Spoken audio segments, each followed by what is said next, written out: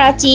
1 March IANS ইরানের সর্বোচ্চ নেতা আলী খামেনি যুক্তরাষ্ট্র ইসরায়েলি হামলায় নিহত হওয়ার ঘটনায় পাকিস্তানের করাচিতে বিক্ষোভকে কেন্দ্র করে সহিংসতায় অন্তত 6 জন নিহত ও কয়েক ডজন আহত হয়েছেন বলে স্থানীয় গণমাধ্যম জানিয়েছে।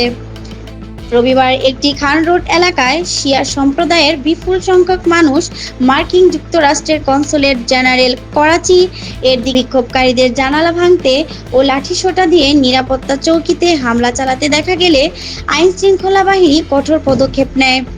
পুলিশ পরিস্থিতি নিয়ন্ত্রণে আনতে টিয়ার গ্যাস নিক্ষেপ ও সতর্কতামূলক গুলি ছোড়ে। পাকিস্তানের শীর্ষস্থানীয় দৈনিক দ্য এক্সপ্রেস ট্রিবিউন এর প্রতিবেদনে বলা হয়, আহতদের অ্যাম্বুলেন্সে করে সিভিল হাসপাতাল করাচিতে ভর্তি করা হয়েছে।